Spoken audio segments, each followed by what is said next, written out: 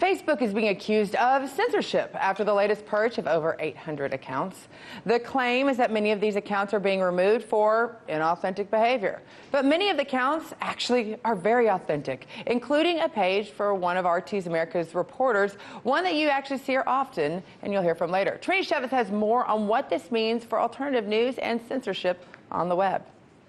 The dark side of social media is coming to light. Some major social media sites like Twitter and Facebook have made censorship and moderation its primary focus, recently removing hundreds of accounts accused of inauthentic behavior. The move now sparking fierce reaction. Facebook said it purged more than 800 accounts on Thursday, accusing them of engaging in inauthentic behavior and violating Facebook's anti-spam policies. Some of the pages shut down were pages dedicated to exposing police brutality, alternative news pages managed by independent reporters, politically oriented pages, and some personal accounts with thousands of followers or likes. One page removed was the Free Thought Project. It had 3.1 million followers and focused on government transparency. The site claimed to shed light on corrupt entities around the world. Another page called the Anti-Media, a hub for free-thinking conversations, which too focused on government transparency, was also banned, despite its 2.1 million followers. According to a statement released by Facebook on its website, many of these pages were, quote, using fake accounts or multiple accounts with the same names and posted massive amounts of content across a network of groups and pages to drive traffic to their websites. Many use the same techniques to make their content appear more popular on Facebook than it really was. Others were ad farms using Facebook to mislead people into thinking they were forums for legitimate political debate. You don't have a right to a Facebook account. So if you want to post whatever you want, you can go ahead and just create your own website, have your own blog, and put everything on there. It's up to Facebook what content that they allow on their site or don't allow on their site. If you want to use Facebook, and this is Facebook's argument. Facebook's belief is if you have an account with us, you're at our discretion, and it's up to us to determine what is allowed to be posted and what's not allowed to be posted. The company said it removed 559 pages and 251 accounts, accusing them of consistently breaking company rules. Less than 24 hours after Facebook removed the accounts, Twitter targeted some of the same pages on its own platform. Many now claiming the removal of these pages is an unconstitutional assault on freedom of speech and expression, a violation of the most fundamental rights of the American population. The crackdown is an escalation of the company's ongoing battle against fake or sensationalist news stories after some lawmakers accuse the company of not doing enough to stop disinformation ahead of the midterm elections. But now many are calling the move a severe threat to one's ability to network and to share information with one another, and has killed one of the most effective forms of expressing political dissent. Reporting in New York, Trinity Chavez, RT.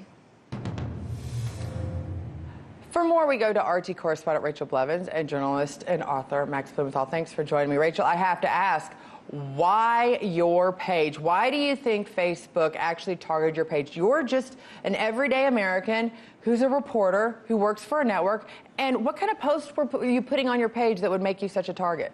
See, I would also like to know why. I mean, Facebook was incredibly vague in their statement that I was given when they took down my page.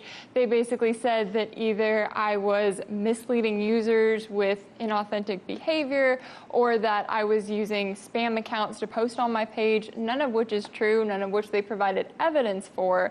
But this is a page that I started about 4 years ago, and it's literally just something that I use to post my work on. So any is it videos, just your work you would post on there? Yes. Just officially your content, your work. Exactly. Did you share from other pages? Anything that was news related, I would share. Okay. So if it was breaking news or something like that, which is funny because sometimes those even come from mainstream sources, you know, if it's the Associated Press with a breaking news event or something like that.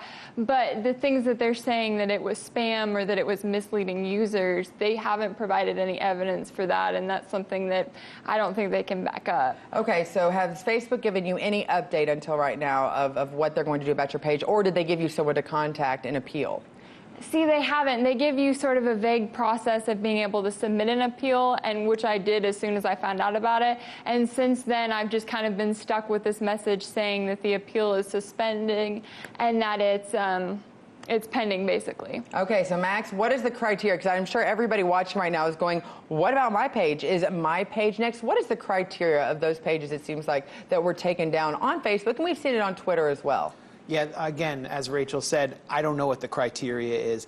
We have to ask the people who are determining the criteria what it is. The problem is we don't know who they are. Okay, after Hillary Clinton lost, her campaign, or the dead enders of her campaign, immediately set out to blame Russia and fake news for her loss. Her first public statement after losing was about the danger of fake news. Russiagate explodes. An anonymous blacklist is introduced through the Washington Post from a group called Prop or Not. We don't know who's behind it, and a number of sites were listed as Kremlin influence operations, including the Free Thought Project, which Rachel has worked for, and I assume that's why she was taken down, Anti-Media, which was recently taken down, and even progressive sites that I've written for, like Bob Scheer's Truth Dig. No evidence was provided to support any Kremlin tie. It's just the Russian label was put on it. Then in January 2017, the Director of National Intelligence report is released. And instead of proving Russian meddling, it accused this network, RT, of fomenting radical discontent, basically saying that fomenting dissent is a Russian act of disinformation. And so any site that has basically been accused or wrapped up in Russiagate fits the criteria for a takedown, in my view. And that's what I've been saying since the beginning of this faux scandal, is that anyone who buys into Russiagate is setting themselves up for blowback and massive suppression of their own speech online.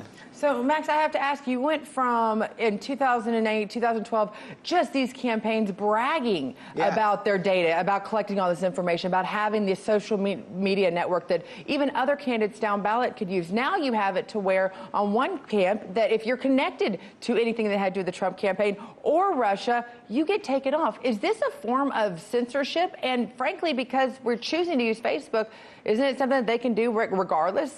I mean, it's pretty clear that Facebook was afraid of being not only blamed for Hillary Clinton's loss and seeing their executives and all these other Silicon Valley executives dragged before the Senate Intelligence Committee, that they are doing these takedowns ahead of the midterms. There's a desperation in the air. There's a feeling like our political system is being discredited, the two-party system discredited. I saw a Levi's commercial the other night urging people to vote. And so there's a fear that there are these sites out there that are actually catering to people who aren't interested in the two parties. And we also remember the attacks on Jill Stein for daring to run as a third-party candidate. So this is clearly third-party.